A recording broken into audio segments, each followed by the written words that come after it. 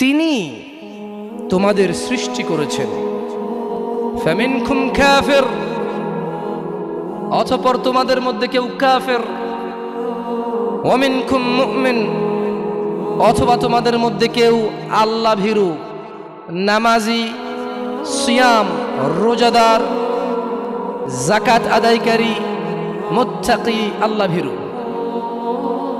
প্রশংসা সেই আল্লাহর যিনি এই পৃথিবীতে প্রেরণ করে ছেড়ে দেননি জাতা অবস্থায়।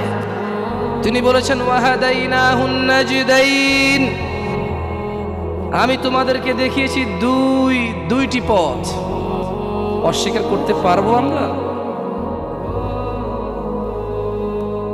তিনি প্রেরণ করে সৃষ্টি করে এভাবেই শিয়াল কুকুরের মতো ছেড়ে দেয়নি, যেভাবে আমরা যুবকরা এখন শিয়াল কুকুরের মতো রাস্তাঘাটে মদ পান করে বেড়াই, নেশাদার দ্রব্য আহরণে ব্যস্ত, অথবা মারামারি হানাহানি, অথবা আল্লাহ দ্রোহী কাজকর্ম।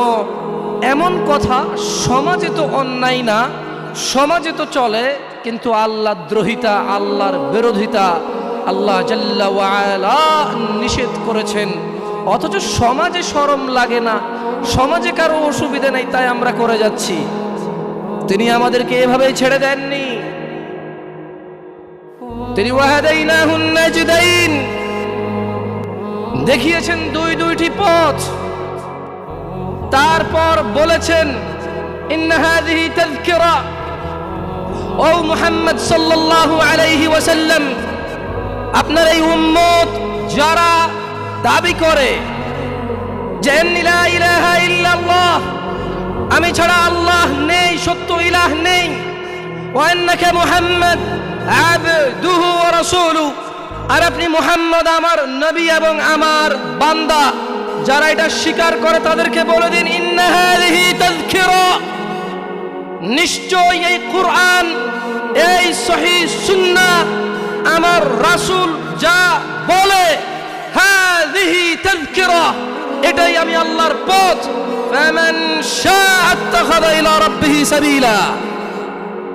ও মুহাম্মদ, এদের বলে দিন এই কোরআন ও সুন্নাহই হচ্ছে আমি আল্লাহর পথ। এই দাড়ি রাখা, সালাত আদায় করা, হারাম না খাওয়া, মারামারি না